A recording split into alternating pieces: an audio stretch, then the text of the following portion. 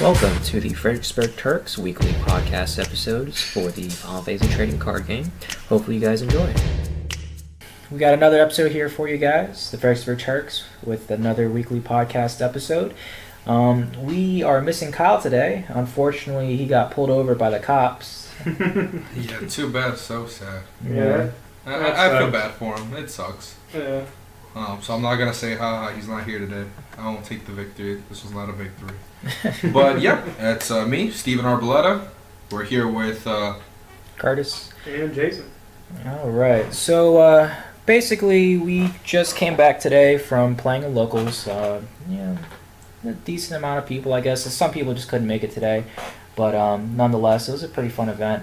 But we wanted to talk a little bit about the spoilers that came out during what was it?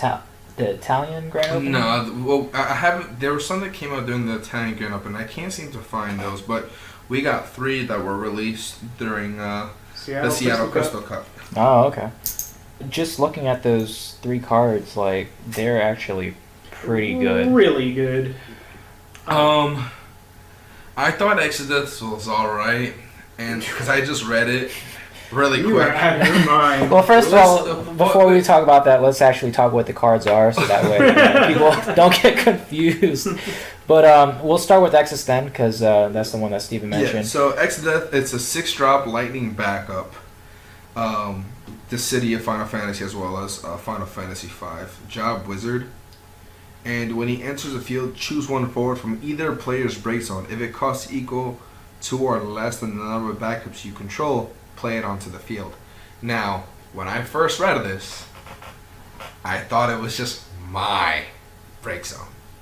But I was like, that's good. I was like, what? Like an 8 out of 10. Like, it's good. It's whatever. Like, it's not like a 10 out of 10. Now I read that I can take my opponents forward. Wow. Yeah. Wow. Because, like, I think that this card is pretty broken. It's a busted card, and there's a lot. If I'm reading this right, this is a rare? It looks like a rare. It is a rare. I have a clear picture. It can't be a rare. It is a rare. Oh, it's an uncommon. I was just talking about how it's heroic, and I was surprised at that. A rare? It is an uncommon, guys.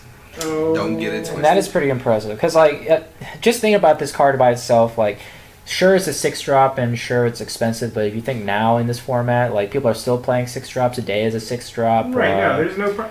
Back in the day, I see before, like, Opus 1... Opus 1, 2, and 3 and stuff. Before the time of Final Fantasy. No, Opus 1 through 3, nobody wanted to play the big stuff. Like, it was almost dangerous to play a 5-drop, I felt, at least for me personally. And, like, now you've got stuff like Nidhogg and just obnoxiously heavy casting, but with high reward if you manage to get it out. This being a 6-drop is just almost bonkers. It's yeah. And if you also think about it, like, I was telling Steven this, like, if this is your 5th backup, you have access to any 5-drop in either player's break zone, which is pretty good. Oh, you want that Estinian back? You're not getting it. Like, like you could rob the 4-drop forward that everyone's running in Lightning right now from getting his stuff. Like, and plus, like, just think of, like, multiple decks now, because you have some decks that can splash in, like, multiple colors, and if you could splash this in, like, I don't know, like a Rainbow Mill deck or, some crazy concoction that you got. Right. If you just splash in Lightning, you can play this card. There's no color restriction, really, about, like, what card you get back, so it's pretty good. Honestly, like, in the mirror match, if I can play this bad boy and take your Alua, and I have an Alua in hand, I'm happy. That's all I wanted. That's all I want. I want to be able to my little specials are all 3 of them in my deck. If I take yours, right? Yeah, that's obnoxious with anything with a special. Like it can be very, like the Dittos are going to be very interesting to see. Yeah, with this guy running around. And it's probably going to make like cards like White Mage even better now. Oh, for sure. Because it looks like there might be more recursion from the break zone in this set. So, yeah. It's very disappointing when you target a Dea with the backup of Dea, and then you just White Mage it, and, like, I just want to just scoop. I mean, White Mage does pretty much shit on a lot of things right now anyways, like Devouts. Right, yeah, Devouts. It reminds me of when you were playing Anuo. back in the day during our locals, you play a Nulo or what did that 5-drop? Yep. 9K, that would do the same thing. I'm gonna go bring this back without. Yeah, and recursion wasn't all that big. You know what? That's a good point, man. NO is probably a good card to play. I mean, I've been thinking that since it came out. I mean, it's a unit, but a forward version, like in the 5-drop unit. Yeah, he's pretty strong. It's like what 9K. 9K with Lulu 10. Yeah. Man, he's a beater. Yeah, he's a beater, all right. And then the next card would be Yagarash, 1-drop backup. He's water, and when he enters the field, you choose one backup other than him, and you return it back to the hand. I actually like this card a lot. He's also a rare, and I feel like this card just so Wind Earth. I think it's probably one of the top tier things right now. But playing Mayun to get your Shantoto back so you can do a second Shantoto is really good. Mm-hmm. You can do it now with Wind, Water, Earth, which is pretty cool. You just bounce your Shantoto and do it again if you have to. If you're forced to do it late game. Cards that aren't being utilized right now, like the 6-drop Ash backup, draws you 2 cards. When it leaves the field, it draws you an additional You mean Larsa? Well, Larsa, it's not Ash, I'm sorry. That card's not being utilized right now, but with a card like this, you could easily utilize it because you're getting that 3rd card draw out of it. Yeah, that's actually a good point. Yeah. Let me go ahead and check and double check to see if it doesn't have to be broken or if it just leaves a field. Because if it just leaves a field, then that's really good. Yeah. Well, I don't want to make sure we're not talking out of our ass here. Well, it's put from the field into the break zone. Into the break zone. Yeah, okay. it is. So yeah, you gotta catch. I'm sorry, guys. You gotta catch me with that stuff. I get too excited about cards. No, I mean that's the same thing. Remember back when the Moogles came out in Opus 3, was it? Right. I got so excited. I was like, I'm gonna make a Golbez deck. I didn't realize all of them were fucking backups. So I was just like, all right, this is garbage. Never mind. The dark times of Curtis Kang. But yeah, even then, like Yagarash, I think is still pretty good because, like Steven said, can you tutor this with the Sid 2? Well, it's a 1-drop backup. Oh, does Sid say Evoker? Oh, doesn't say Evoker. Oh, okay. 1-drop. So you can there you go. That's a really good card. There you go. So you can search that out. Nice. We learn things new every day. You do that all on your own. I shine here and there. No, that's great. That's actually fantastic. Yeah, that's actually really good. Yeah, that's actually really good. Let me just double check that too, so that way. We gotta fact check ourselves. We just speak nonsense. You're right. Just cost one back. No, absolutely. I know that because I ran the Sid deck in the dark deck that I was trying to mess with. Yeah, that's gonna be silly. That is pretty darn cool. And then the last one would be Galuf, or is it Galuf? How do you say it? Galuf. It's a 5-drop Earth, Final Fantasy V. It's a forward and a down warrior. Galuf cannot be broken during your turn. When he attacks, you choose one forward. You may pay 2 Earth, and if you do, it must block Galuf this turn if possible. And then he does have an S ability, Stop. You basically pitch a copy of him, and you choose up to 2 forwards, and they cannot attack this turn. Now, I really like this card, and I'm also very upset that this card is not red. I believe. I mean, lightning. It doesn't surprise me. Fire doesn't get the love it deserves. Lightning and Earth do the same shit that Fire does, but better. Yeah. Earth has big guys better than Fire. I mean, big guys. If you go to review the cards that were formerly the cards that we play now up in chapters, a lot of that stuff was Fire, and they've been switching a lot of the elements with these cards because they're trying to make a balance. They're adjusting the balances of the game. Fire's been kind of left in the dust, and with every set release, we all hope that it gets kind of picked up. So, like, what do you guys feel like Fire needs then? Because when I was on the when I was on the RBA Returner episode, we were talking about like different elements and like each of them have like a different line of play that they have. So like water has reduced power, draw, bounce. Fire just has big guys and damage. Well, their guys aren't even that big anymore. Yeah, they're still pretty big. They're large on cast. Yeah. Like, you've got the other colors that are able to get past them. So, like, what do you guys think Fire needs to, like, give it that new line of depth that it needs to be better or as good as other colors? Fire needs backup removal in more than one. Because Fire gets shut down by Water's Minwu. There's still no answer to that. I feel like Minwu has been, like, because as I played Fire for the longest time when I first started playing, is that the Fire deck can combo like crazy. They can stack on damage all day, but because they don't have outright damage, other than things that punish you for it, like the Hummet for a 10k to a point of damage, or just like Tela, which is a 4-drop that you have to break to do the 9K. You've got a lot more pumps for every element that make things stronger. I don't think that fire. The reason why you don't play fire is because you could play another color that does it better. Yeah, and that's the only thing. Like fire needs to. Well, lightning, for example, lightning has a lot of good combo structure with a lot of ping damage. I mean, Menu could shut that down too, but the difference between lightning and fire is that they have a lot of reduce compared. There's no fire reduction.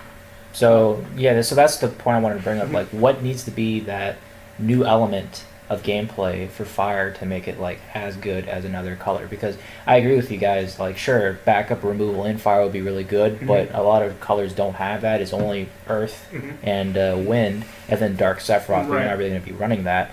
So, what kind of new gameplay mechanic do you think fire would need to like kind of take it up to the next level? So, when it comes to lightning has the break, and then it has its ping damage. But then one of its biggest combos that's always going to be there is the Owl Sid cheat something else in. If fire were to adopt that, if fire at least gets a card that can, not necessarily like an Owl Sid, but something that can get you more value on board presence, because everything you play with fire, it's expensive. Right. So if you have a response for that on your ETB, then you're kind of like, you spent 4 CP or 5 CP on a good card and it's gone. Like, I feel like everything in fire is not only 4 cost and higher. Granted, most of it's on curve, which is pretty cool, but you're paying all of this mana just to play these forwards when everything else has efficient forwards that they can play. And fire just doesn't have the efficiency, I don't think, when it comes to like giving it more 3-drops that are on curve. Because fire doesn't. I don't think fire has that many 3-drops that are on curve. That's one thing that they can add on there. Because Legend VV, there's a lot that just aren't Legend VV, but that's not on curve. It kills something, but it's a 4K. Right. And then you have like the warriors, the standard unit warriors. They're 5K 2-drops. So, I mean, I guess 5K would be it on curve, but overall, I just feel like every other element has either more value for their forwards. Well, not really, because 3-drop fire do have pretty strong forwards. Because their 3-drops are like Guy, 7K, just a random 3-drop soldier, FFTCG, that's 7K. Dark Lord 8,000, but no one's gonna play that. Okay, no. Ayame 7,000. That's not on 7,000. I mean, trying to curve. You lose half your 7,000. But the thing is like I'm looking down the list of all these cards. They're just not played. They're just not played. You know, because they're just not that great. A lot of the cards that you're seeing, like Ayame, for example, it works with like a tribal site type deck. So like a lot of people aren't gonna play it on its own. They want to see combos go off. Like a lot of people want. And when I say combos, you want to see synergy, and I feel fire lacks synergy other than ping damage. There is nothing else going for it.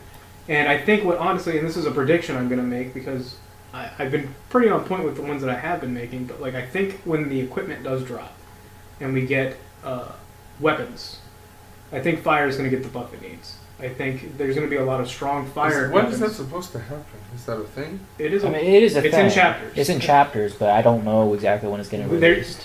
With chapters, they had a certain way they released it. Like there's one, chapter 1, 2, 3, and all that stuff. But with them doing the Opus, they've been mixing it up, and we don't know when it's going to come out. I've been guessing it's going to be Opus 7, but we haven't seen. I mean, it's still early. Because they did 3 sets. And then set 4 they released monsters. So I guess that'd be cool if they did do it. This set, I don't know. Let's keep our eyes peeled in case they announce a new mechanic out there. Yeah, because I really do wish Fire had a new mechanic, and that's the biggest reason why I never really played Fire in previous formats either. Because like it was literally just you do 2 things: play big guys and make things not block. That was pretty much the entire deck. So like I never enjoyed playing Fire, but I actually enjoyed playing Fire this format. Like early on testing, I was playing some Windfire builds. I was playing some like 5-color builds that kind of focus on fire, and I actually like it a lot. Because the cards are good. Like Vivi's extremely good. Right. Brynhilder is actually pretty good. Bird Lady is amazing. I love Bird Lady. Great card. That backup is bonkers. And then like I just wish Fire had something else. And in my opinion, like this whole thing with Illusionist, I think they should expand on that, like making things have to attack. Right. I just think it's a Or if cool you- mechanic that hasn't been seen in. You know, any that other would be a color good so way to- far. Fire would be a great way. That would be a great balance for fire. That would be a good way to just force Force Mono somebody Water his to Zonde, swing with you his know, like- with his yeah. Or you Yeah. can force Mono Water to swing with his Queenies in his Right. turn. That'd Because be I pretty think either that or like more cards like Sync, Mhm. where like you're forced to block. Right. And, like I kind of wish this new Galef was fire too, Or because that'd Yeah, be a that- really good that's mechanic. another Why? good mechanic that could make fire really dangerous is if you made a mechanic that made, like, if the card read as this forward must be blocked by 2 forwards. Like, it forces people to choose. It's like, and it's an unblockable feature if you leave yourself open, but like, it's going to be like, okay, here comes this 9-10K. I have to block with my 2 7Ks. This is a problem. Like, That's now I actually have a to cool pick and choose. idea. Yeah, and it's Yeah. it's something that When you block with 2 7Ks, you can't block with 2 different it's something that fire would. I'm saying like a card Like a new specifically to mechanic fire, a new for it. mechanic that fire Like, has to. You some have to fire block twice. forwards will have to make it so opponent has to block with multiple forwards. That'd be pretty cool. Yeah, it'd be something different and unique to fire. Yeah, that and then also like he was saying before, fire has a lot of combo damage. So Mhm. if you force them to block with like 2 guys, you divide your damage in however way, and then you do something else like a VV right Right. afterwards. That'd be And pretty. that's- That'd be a pretty cool mechanic. Mhm. But yeah, so those are all the spoilers from Seattle, pretty much. I feel like we didn't talk too much about Galef. Oh yeah, we did. We got kind of sidetracked with fire, right? Yeah, we got. So back to the guy. Well, he's a Dawn Warrior, so they're coming back. How do you do like Dawn Warriors though? Because like the Final Fantasy V title deck, it's really really choice, especially with I don't even remember their names because like I just don't look at them. Kelger. Kelger, there we go. Yeah, Kelger. and Kelger, then the one some- that cheats someone else. Yeah, Something else. just a Dawn Warrior. Period. Yes, Right. that's pretty good. Yeah. Oh, busted! You can cheat this bad boy in. Yeah, you can cheat in Galef with it.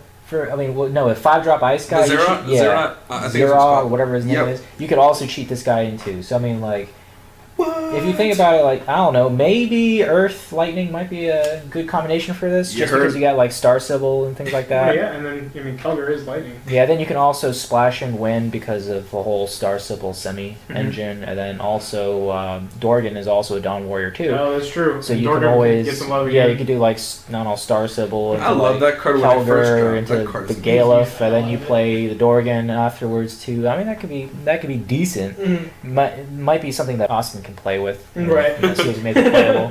But so far, I have to see more to be convinced that that's actually a good setup. I think that's more kind of like a for fun kind of idea. Well, you guys heard this here first. I'm playing Dawn Warrior's title as soon as this bitch drops because he looks cool. Old wrinkly ass won't beat your ass. You best believe. You best believe. And then I guess we could talk a little about locals too, because it kind of leads into the next topics that we wanted to talk about. So how'd it go? I got second. Billy got first, right? Mhm. And then Jason here got third. What deck were you even playing? I didn't get to see you all day. Because of how YHP does the point system, I completely forgot we did it this way, but I brought that suicide deck I've been working on for like 4 sets back out of retirement, and it was doing really well. But I lost second place to Curtis because I did too much damage to myself. With Masoya. So yeah. I mean, that's a tiebreaker. Yeah. So I mean, it is what it is. Like the deck that I've been working on it, and I really wanted first today, just for the fact that I wanted that deck to get out there, so somebody can help me with it.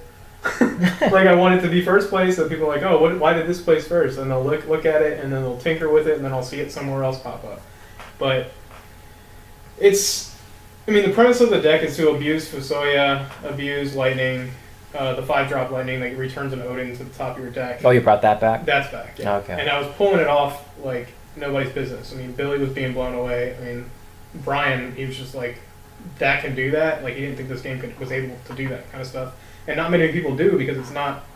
Nobody looks at Fusoya, 3-drop light backup. I mean, it's a card that hurts you. I mean, the last time that it was used was the water deck. I mean, I played against it the last local qualifier, Water for Soya build, and it was a pretty real deck, man. Yeah. 'cause I know, it can be real, yeah. I know Sam and Zach and all the guys from the Trope Bros, they love that card. I love Fusoya. it. Yeah, I've been in love with that card since I saw it. Yeah. I don't mind taking a hit if I'm going to get more value out of it.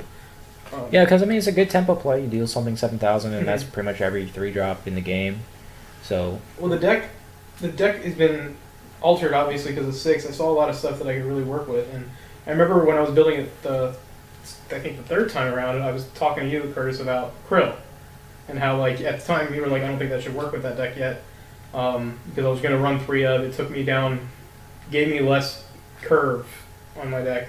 But I put her back in because of the 2-drop backup in Lightning that does 3,000 to 2 forwards. So, Scholar, yeah. Scholar. So you get that, you pull Scholar off, like I did it to Kyle in tournament today. He did not see it coming, and he was dead after that. Like, there was nothing he could do. He was playing catch-up.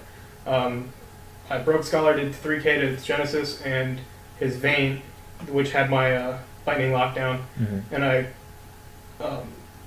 did the Krill special that does breaks 2 damage forwards. Wiped his board clean, and I was just swinging in for death. Like, it was surprisingly working very well, and it's not nearly as clunky as it used to be because I took out a lot of the stuff that I wanted to work but just wouldn't. But I'm excited to play it more, but I just can't play it at my locals because of the way the scoring system works.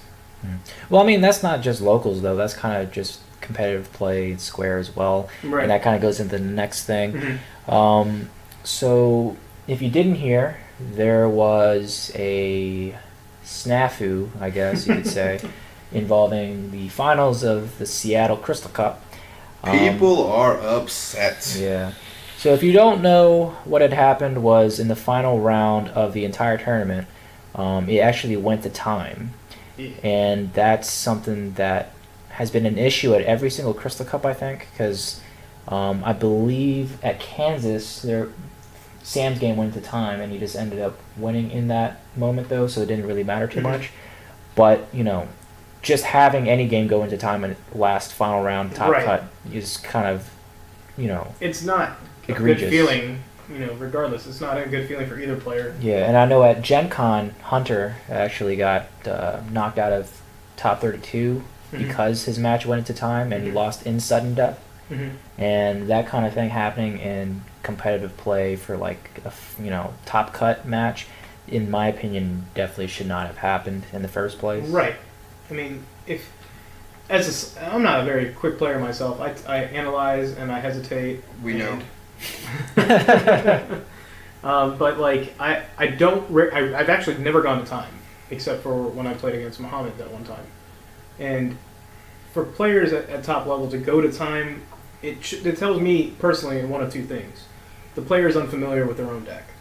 I don't think they know, or they're analyzing. They're either unfamiliar with their own deck or the interaction it is taking with the opposing deck. And I think this is solely happening because you have so many different decks out there, or your local scene is just struggling to play meta decks to practice with.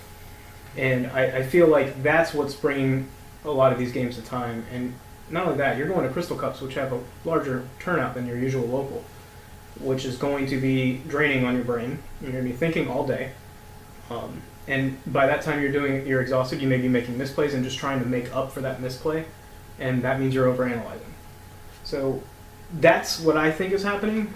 But it shouldn't be. I think at this point, I mean, we're a little over a year into this game, approaching 2, and I think it's just becoming more of an issue because the meta is evolving during these big events. And I think that's the primary issue we're seeing, is that we have people experimenting with things. We have them, like Turbo Ice, which I heard, great news by the way, Turbo Ice didn't make top 40 at one event. Yes. Like that's awesome to see. I'm happy people are picking up on that meta build.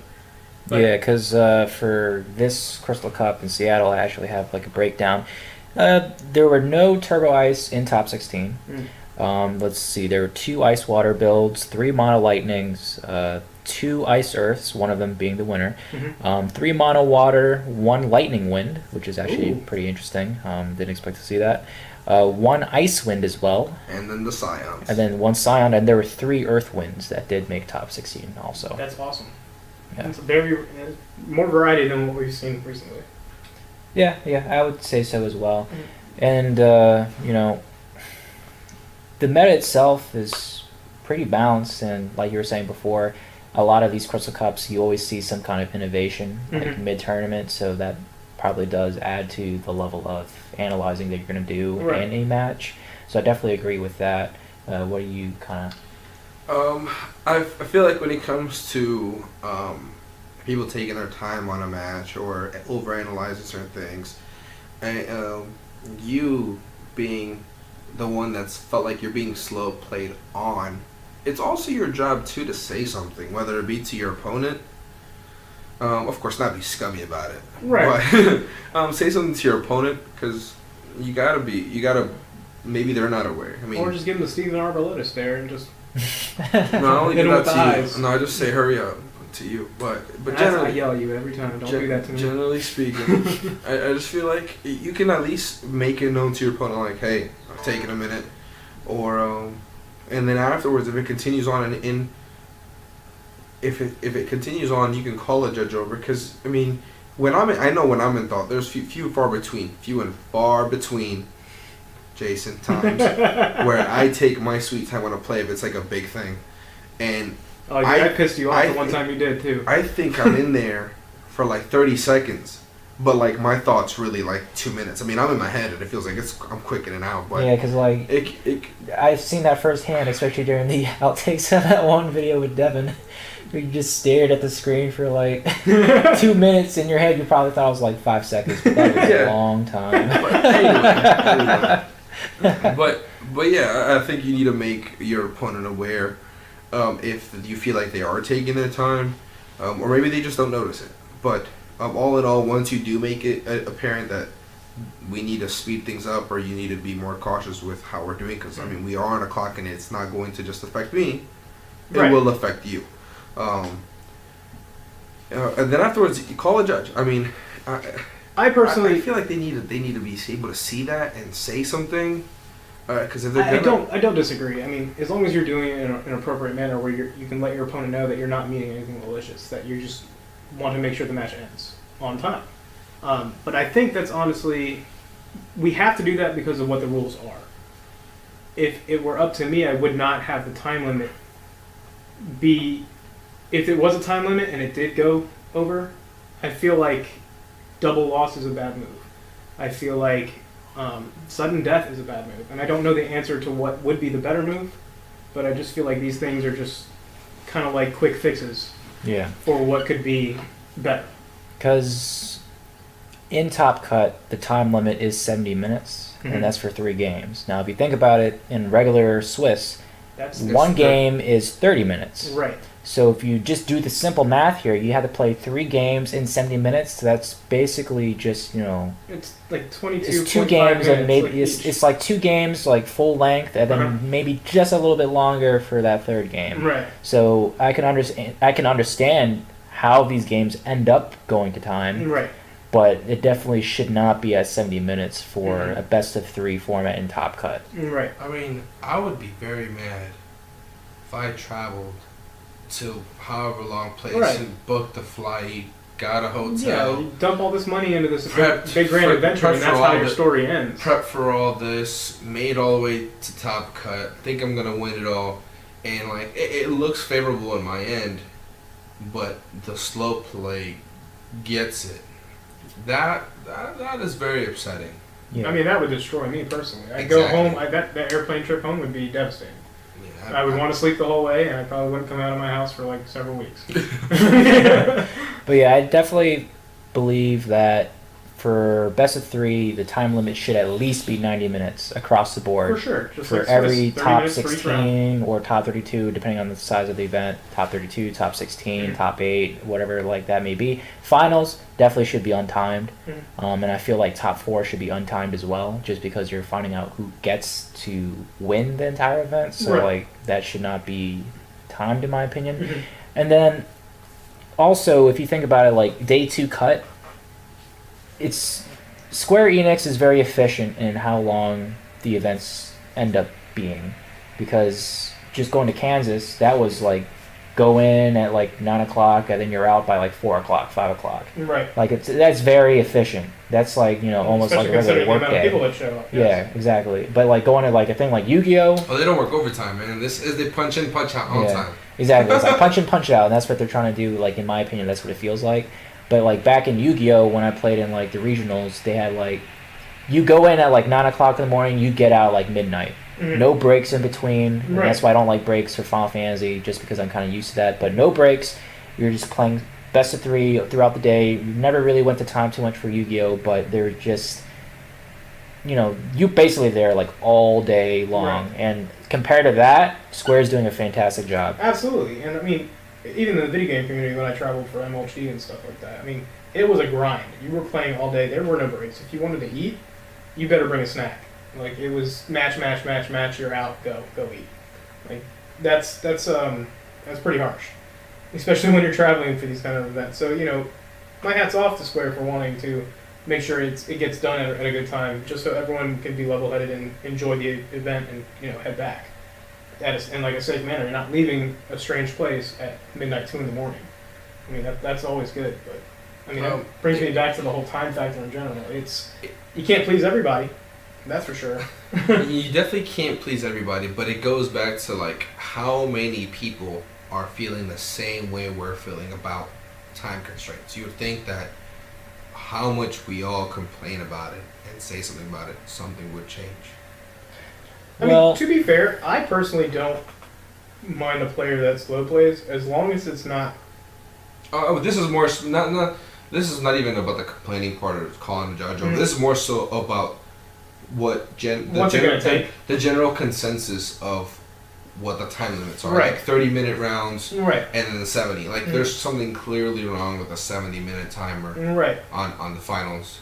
And then top matches, as Curtis mentioned a moment ago, and I feel like I've said this before. The RBA returners have said it. I feel like everywhere else I've heard the Choker Bros talk about it. The general consensus of there should not be a time limit on who's going to be the victor of this event. Like once you get to that top 8, or let's say if you even type top 8, do that 90 minutes. But then the top 4, because technically this is going to be who's the actual winners. Because technically, I mean, yes, there's one victor, but top 4 gets the invites on the Crystal Cup. So who's the top tier of whatever players over there that day. And timing, having it skewed by the time rather than actually letting it play out and kind of seeing where the turns take.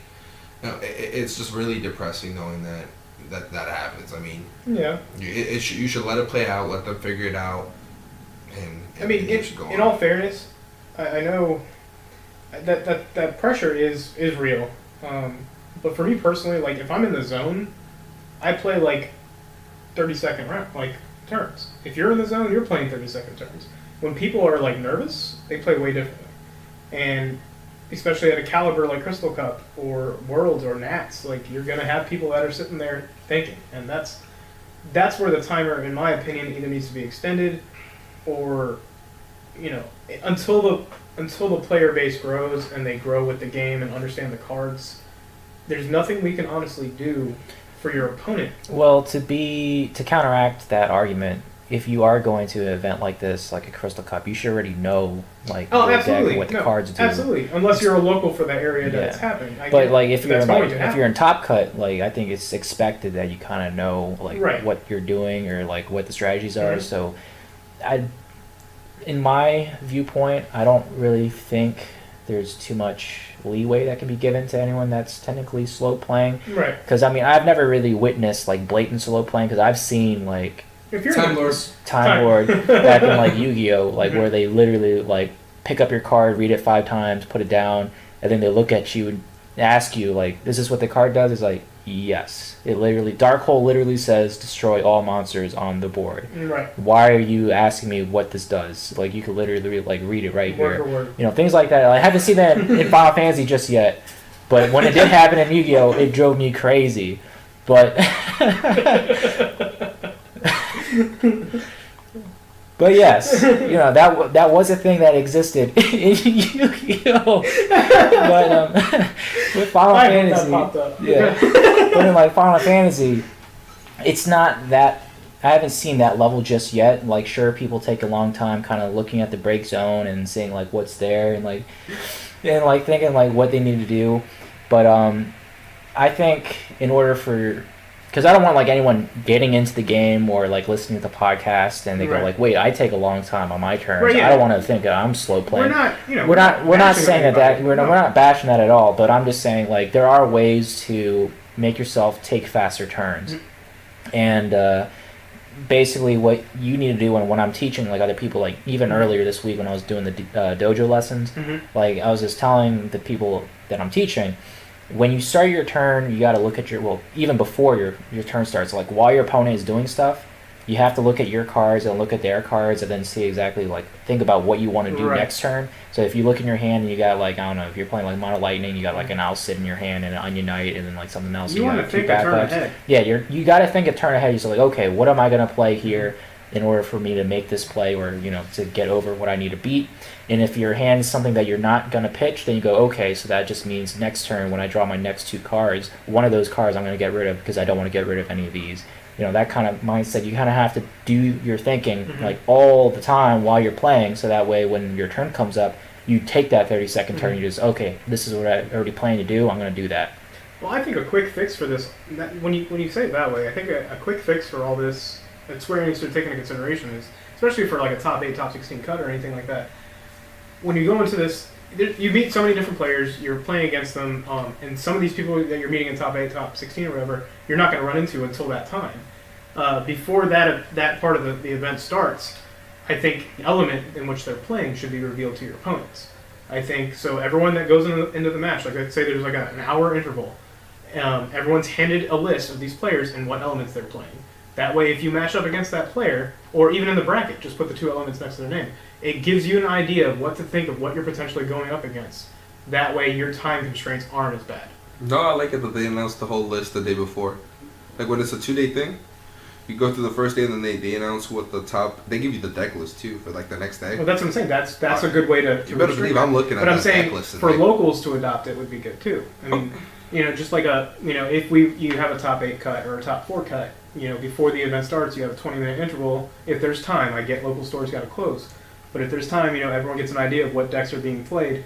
That way, when you start playing the game, you're potentially ready for what's coming your way. Well, I don't think that the slope, the time limited thing is more of a local problem, more so than it is like. Well, it's got to be a crystal. It's got to be more so like a crystal cup problem. I mean, the store cannot. I mean, the community can have some sort of segue as to well, let it be a little longer. So the community's voice is stronger in an LGS than it is at a crystal cup where. I mean, you traveled God knows how far and paid how much in flights or whatever to get there. I just feel like it's a little heavier over there. Yeah, because with this whole issue of like slow play and things like that, I think the reason why none of this has really been solved or anything like that is because no one's really offering any solutions to it. Right. So I think what we should kind of do now is kind of list some potential solutions to this, because like one solution I would say is just 90-minute matches for top cut the across the board. 70-minute one is out of control. Yeah, 70, you can't do 70. It has to be 90. I mean, I understand what the 70 is. It's to expect if there's a 2-0. But that's a very slim expectation. Yeah. Like, these are good players that made it as far as they are. There's a very high chance it's going to go to game 3. Yeah. And, so I would say 90 minutes for top cut matches, top 4, and finals untimed. Also, I would actually suggest that we have a time limit for how long your turn can last. Kind of like a stop clock for chess. Almost like a stop clock for chess, and I know I joke around with that a lot, but I do think there should be some kind of system in place for that, because there should be no excuse for having like a turn that's over 3 minutes. There's just no reason to have a turn over that time, especially if you have like one card in hand and you're just kind of counting all the different ways that you can lose. But that's not going to be the norm. Right. And you should never take that long at all. Like at maximum, it should be like maybe a minute and a half. And if it is something that's like really crucial, like if that turn plays out anything wrong and then you lose because of it, maybe that one takes much longer. Right. But anything other than that, if you have to go in the tank, then I get it. Like, but if you have like very limited options in your hand, like I've seen players, and I'm not naming names at all, like. There's players out there that will just sit there and think there's an answer, but you have no cards in hand, or you have a card in hand and your backups are all dull. Like, there is no answer right there, unless it's a special ability, but if that was the case, it wouldn't take as long as it's taken to think. And That of course, I think that comes with experience. I think just players in general, they're nervous, their experience is lacking, playing different decks, and that's all it comes down to for that. But Steven, what ideas do you have, you think, that would work? I think we have somewhat of the tools to fix it now. I feel like people need to speak up when you feel like the game is taking too long, because let your opponent be aware of where you stand on it. Maybe they don't notice it. Maybe they're in their thoughts and time's flying by. And then also call a judge. I feel like a lot of these cases that we hear of slow play, a judge wasn't involved, and I feel like we kind of need to give them a chance to say something. Now I also feel like the judges do need to pay attention themselves and say something, because especially in finals, there should be a judge standing by. I mean, there's times where even on the streams misplays happen and no one's there to correct it on the spot. Like you can't let that slide. You have to have that corrected, or they'll never learn, or they'll go home and see the stream and be asked why didn't that get fixed. Yeah, and that's the worst part. Yeah. Yeah. And so I feel like that needs to happen first. Us as a community to say something, both to our opponent and to the judge, if we feel like that's happening. Because I mean, if it came down to that, I don't think we we could have stopped it before. I think if we tell the judge, we send it to her, and nothing happens after that, then I think change needs to come from Square. Right. But I don't think we've given them the chance yet. Yeah, and then to be fair, they have been stepping up their game, because I know before Seattle started, one of the main judges for the program outright said that he's going to be cracking down on slow play and doing what he can to fix, illegal board states, and that's definitely a good step. Just because before, earlier in this year, in a lot of Crystal Cups, the judges weren't proactive at all. No, they were dancing around the stage and waiting for somebody to get them. Yeah, so like there were a lot of times where like I've seen like illegal play happening during a tournament, but of course I can't say anything because I'm not a judge, for one, right. And second, it's not my match, so I can't say anything. Can't interrupt, no. And no one can say anything unless it's one of the players that brings it up, and the judges weren't proactive enough, and if you looked at it, they will step in. Right. But like the play that happened to me at ARG Charlotte with Vincent. I mean, they broke my Vincent with an Odin. You can't do that. And they won. But by the time we got the judge, it was too late, and I lost. So that's the error, because somebody went and got a judge for me, but the match had already ended. We had already put our decks up, and I shook his hand. And it's my fault, yes, I didn't catch it, but it happened, and it could have been prevented. And that is an illegal play, and yes. It has to be reversed, basically, as far as it can. But yeah, so the judges are definitely more proactive now, and from what I've heard, they've been, watching games and correcting things if, like, there's two Estinians on board somehow. Right. I heard one story where a guy literally had a 5-drop Estinian on board and had a 3-drop Estinian on the same board too, but no one caught it for a couple turns. But a judge finally came by and saw it, was like, oh no, that's not right, and he had to break both Estinians and put them in the break zone. So I'm pretty sure that. I mean, from what I understand, when it happens, that's how you get rid of the problem. Yeah. Yes, probably lost. News just in, because I was trying to figure out who won the Italy Grand Open. So Icewater Vikings took it. Mono Lightning came in second. Gotta check out that list, see what they had going on there. And then JFB's 5-color mill was third. Oh, okay. Sweet. Yeah. Awesome. But yeah, so back with this whole issue with like slow play and things like that. As a community, I think we all have to start chipping in and providing some solutions to the whole thing, rather than just saying, this is not, something that we agree with, and it's not agreeing, this is not going well. Square needs to step up their game, things like that. Sure, there are some things that Square can work on, but at the same time, they have been improving quite a bit over even the span of a couple weeks. So in this kind of situation here, like, just some solutions potentially, top 4 untimed, finals untimed, 90 minutes across the board for all top matches, a little more proactive on the judges' side, but also timed turns. your turn cannot exceed a certain amount of time. I think that should be a thing. Right. I would agree. Yeah, just because there's no way that your turn is going to ever take more than 3 minutes. I mean, in a normal even game. if you were to go in depth on that rule, like whether it's 3-4 minute timers maximum on your turn, if there's something where you need to be in the think tank a little longer, there should be like a 1 of or a 2 of allowed for that entire match. Like I need to go to this extra minute time, hit a button kind of thing. If they start selling, yeah, like like a lifeline. Like it's like okay, I've got 7 cards in hand, a full field of backups, and they have the same thing. I have to think of every possibility that's going to happen. Yeah, I mean, I feel like if your turn takes excessive and then a judge gets involved, if you haven't done anything and you're like, let's say you have 7 cards in hand, judge says your turn has passed, discard 2. It is what it is. You didn't do it. That's a little rough. Yeah, that's a little, that's a little too Machiavellian right there. But right, that's like Square Enix shutting your turn down and get wrecked. Like no. If you took 5 minutes on a turn, you deserve to discard those 2 cards. Keep it moving. Ladies and gentlemen, Steven hates slow play. I can't stand it. Don't get me wrong, my 30-second turns, I make mistakes, but whatever. But that's what people that are slow playing, that aren't malicious about it, are trying to avoid. And I understand that, because I do it myself. Like I said, I've gone to time one time with another player that plays similarly to me, as far as in the think tank a lot. But I don't go to time often, and if you're impatient, it's torture. I get it. I would love to see you discard 2 cards and give your turn back to me. No, I'm sure you would, because you need every turn you need. I get it. But I mean, judge, make them discard 2. Keep it moving. And I think the reason why everyone's so up in arms about this is that we're just a passionate community. Mm-hmm. We take this game very seriously, and we want it to succeed. Yeah. And we don't want people to feel like they're being targeted out or they feel mistreated. They're traveling out to these events, and let's say you're about to win a huge event like that, and you go to time and then you lose in sudden death. That's morally defeating.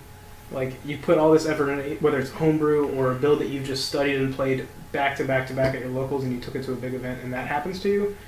Like I said, if it was me, I'd hide in my room for several weeks. I couldn't. It would suck. I would not like that feeling at all. And then I was going through the Facebook posts about this whole thing, and a couple of people have brought up the argument that because the prize support in the game is not at a certain level, like as in Magic, where you're, basically you can make a living out of playing competitive Magic, that, we should kind of just accept this as what it is and just kind of move on. It's not that serious. But in my opinion, that's definitely not an argument that can actually... There's no validity to that. Yeah. As someone that comes from Magic, Magic's been around for as long as a lot of the players have been alive. They've had a lot of time to make themselves who they are today with their money and all that stuff. And a lot of those Magic players that win these world tournaments and stuff like that, or national tournaments, there's a lot of money in it because they get sponsored. There's a lot of sponsorships behind it. There's money to be made in this game. In that game, this game is still young. It's still new. It's still fresh. Square Enix is still grabbing hold of the handlebars and hanging on. So we have to give them time to figure it out for our specific community as a whole in America, or across our country, because they've done this in chapters. They've done it, and it was a very successful game from what I understand. It was a multi-million-dollar game. So they've got a good recipe. We just have to give patience and wait for it to unfold. Yeah. And then also, if I'm going to spend money to travel to a place and find money for a hotel and things like that, it's not casual anymore. No, you're taking it serious. I don't care if the prize for first is like a plushie or something like that. Right. If I invest my time and come out there and travel across state lines, right, it's no longer just a casual thing. So I'm taking it very seriously. I don't care what the prize support is. It's a serious event for me, and I'm sure plenty of people would agree the same way. So this whole issue with Square's competitive play structure, it is something that needs to be fixed. Even if the term itself is not as enticing as what other people may think into competitive, the prize support and things like that. I don't think that changes the whole problem of the whole situation where you need upgrades basically made to the actual structure itself. Right. Because even if you might think that the prize support's lacking, someone does not feel the same way. Someone traveled out there and took all that time to like prepare the deck and study the matchups and things like that too. So I think that's just it's literally a slap in the face to like to all the people that put all this effort into the game just because they enjoy it. Yeah, and it's not like you said, if you're traveling, it's no longer just a game to you. It's like for me personally, if I'm going to travel, like with going to all the local qualifiers, I'm not going out there for the prize support. Yes, it'd be fantastic if I get a free trip. It's not free, FYI. It's a trip and an invite to an event. But I'm going out there to get my name out there. I'm going out there to let players know that I'm a good player, and I want recognition. That's me personally. It's just a benefit if I happen to get a trophy or take it home or a plushie or anything. That's awesome that I can take it home and have that little bit of bragging rights to hang up on my wall or whatever. But to go only for prize support is, I mean, everyone has their own prerogatives. Everyone has their own mission. I mean, if that's what you want to do, that's fine. But don't bash on the other players that want to go for the experience. That brings us back to all the old episodes we've been doing on our podcast and our YouTube and stuff. That our community is our primary focus here at the Turks. And like when we travel to all those local qualifiers, we carpool. We do everything we can. And after the event, no matter how bad or good we did, we go out to eat and we feast. We eat like we're winners because it's the experience that matters to us. Yeah. Swagging. Well, yeah, I think that's gonna pretty much wrap up tonight's episode. Within the next couple weeks, we have a couple of events coming up that we're going to be traveling out to. I know there's a event in Pocket Games, which is the Golbez Cup. So if you're around that area, I think it's on September 15th, if I think correct. If you're around that area, come down, play in that event. It's going to be a lot of people, good prize support, and you're going to get a trophy if you win, so that's always good. And I believe it's streamed as well. I think Adam Lane is going to be running the stream for it, but I'll probably most likely be there. We also got a couple, I think there's a tournament on Saturday at RVA. Right. So if you're thinking about playing in something, is it this Saturday? Head out. No. It's this coming Saturday because it's on the 8th. Wow, that's quick. Yeah, it's really quick. Okay. It's going to be on Saturday there. But do we have anything for Fredericksburg for a little bit? We have a thing that Billy's starting, which is it's a community thank you event, basically. We want to increase our numbers and have people coming out to play. And Billy's offering a lot of different prizes and stuff that's being randomized and given away at random just for participating in weekly events. And I believe one of the prizes is like a classic Super Nintendo, right? classic Super Nintendo, just lots of little goodies that he's giving away. A what? A Super Nintendo Classic. You're lying. Yeah, one of the prizes. All you have to do is attend the events every week, and he's giving out random prizes. It's all on our Facebook. Swag! Yeah, so we got a bunch of stuff like play sets of Foil Genesis. Like we got the best community. I don't care what everybody says. Ours is the best one. But yeah, he's got that going. We also have a special event planned in October. There's no date for it. I'm not going to reveal what that is, but it is something coming. We will be revealing it whether on the podcast or on the YouTube, so stay tuned to both. Well, hope you guys have a great holiday. We're going to be signing out now, and see you next week. Hopefully you guys enjoyed that. If you guys want to hear more, just follow us on our SoundCloud page and follow us on Facebook as well. Will you guys tune in next time?